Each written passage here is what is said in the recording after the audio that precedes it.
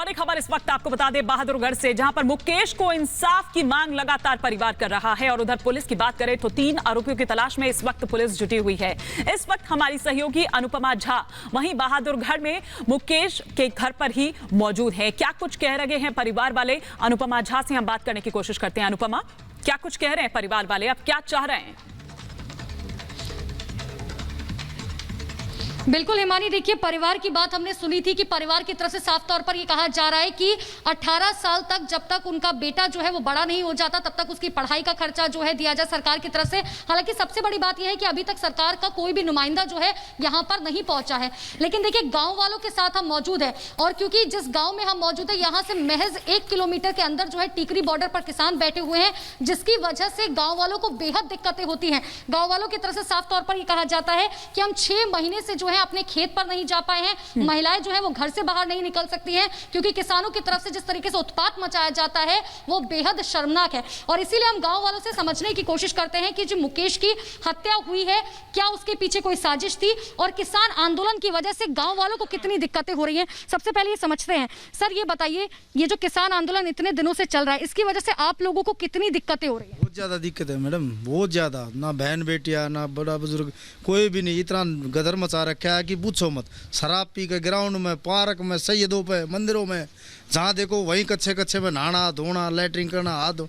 बहन बेटियां शर्मा को उल्टी हो जाती है, लेकिन वो उल्टे नहीं होते, बोलते हैं तो बदतमीजी से पेश आते हैं। सर किस तरीके की दिक्कतें आप लोग को आ रही है? यही दिक्कत है मैडम, हम वहाँ से गुजर भी नहीं सकते, गाड़ी बकते हमें और हमारे साथ दुर्व्यवहार करते हैं। क्या इसकी शिकायत आप लोगों ने कभी पुलिस वगैरह से की कि इस तरीके से किसानों की तरफ से बिहेव किया जा रहा है? एक बार शिकायत की थी मैडम हमने, तो हमारे ये भाईचारा है जो छत्तीस बिरादरी का है, जो हमारे ये खाप वाले प्रधान हैं, उन्होंने आके हमसे रिक्वेस्ट की थी। तो हमने 2 महीने 3 महीने फिर उनकी बात मान ली थी और हमें ये कार्रवाई रोकनी पड़ी। अब हमारे साथ ऐसा हादसा हो गया कि हमारे भाइयों को जिंदा जलाने लग रही है, तो हम क्या करेंगे? हमारे खेतों से चारा नहीं आता, गंदगी फैलाते हैं, वहाँ कुछ भी लेने का नहीं। हमारा तूड़ी का नुकसान हुआ है अब की बार बहुत। आप लोगों को ये लग रहा है कि किसान आंदोलन के नाम पर जो है एक साजिश रची जा रही है और किसान आंदोलन को बदनाम करने की कोशिश की जा रही है?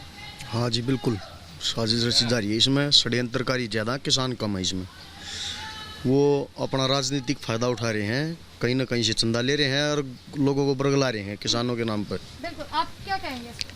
मैडम हमें खेत में जाने में काफ़ी दिक्कत आ रही है और कुछ भी काम नहीं कर सकते, हम ड्यूटी पे नहीं जा सकते और अपने जैसे कि खेतों में चारा वगैरह कुछ नहीं ले सकते। हमें काफ़ी परेशानी आ रही है, कोई भी लेडीज वगैरह भी नहीं जा सकती खेत में। कितने महीने से आप लोग जो अपने खेत पर नहीं गए, क्योंकि आप लोग बता रहे थे कि यही आप लोग का खेत मौजूद है, कितने महीनों से नहीं गए, वहाँ पर चारा नहीं डाला या पशुओं को लेकर नहीं गए? जिस दिन से बैठे हैं मैडम, स्टार्टिंग से यही बुरा हाल है।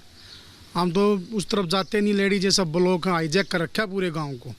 किसी भी प्रकार का हम भी कम से कम हेल्थ के मामले में, जो कोविड का जब भी अपनी चरम सीमा पे था, तब भी हमारे ग्रामवासियों को काफ़ी दिक्कत आई आने ले जाने में, दवाई दिलाने में, ऑक्सीजन वगैरह के सिलेंडर वगैरह जो हेल्थ की तरफ से आने थे, सभी में उन्होंने दिक्कत क्रिएट करी। सर क्या कभी कोई प्रशासनिक अधिकारी से आप लोगों ने इस चीज़ की शिकायत की हो, कोई पुलिस से शिकायत की हो, पुलिस ने कोई रवैया अपनाया? क्योंकि हमने देखा था जब हम गांव में एंटर कर रहे थे तो वहां पर भी आरएएफ की टीम जो है मौजूद थी, पुलिस प्रशासनिक अधिकारी भी मौजूद थे। ये जो सुरक्षा दी गई है, ये मुकेश की हत्या की बात दी गई है। उससे पहले प्रशासन को, पंचायत की तरफ से, गाँव की तरफ से, डीसी को, एसपी को, थाना अध्यक्ष को, यहाँ सबको बताया गया, लेकिन कोई कार्रवाई नहीं हुई।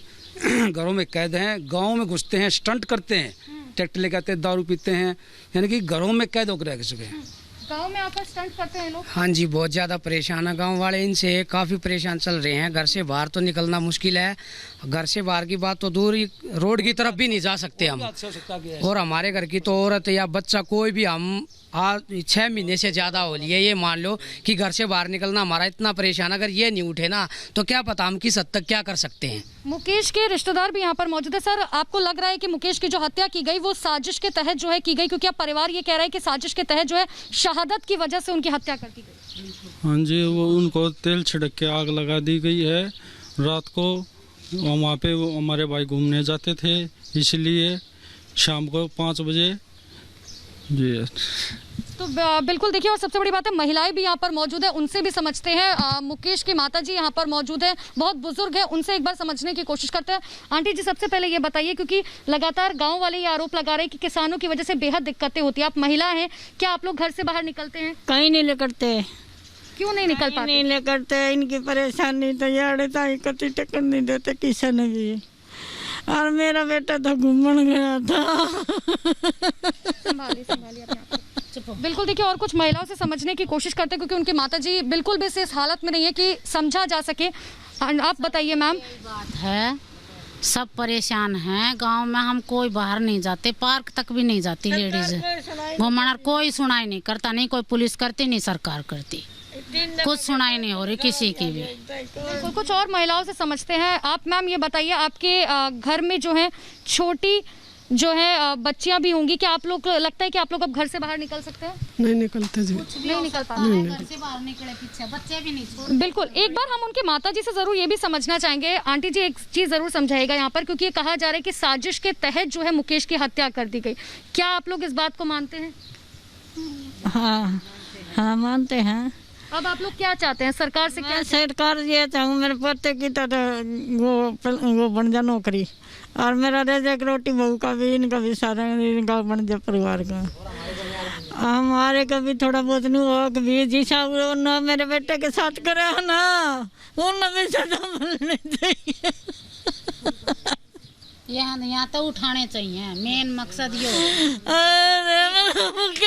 समझ लो या कुछ भी करो, ये यहाँ तो उठने चाहिए। पूरे गांव का फैसला एक है। परिवार में किसी तरीके का क्या कोई मतभेद था? समझ नहीं था, झूठ बोलना ही चाहिए।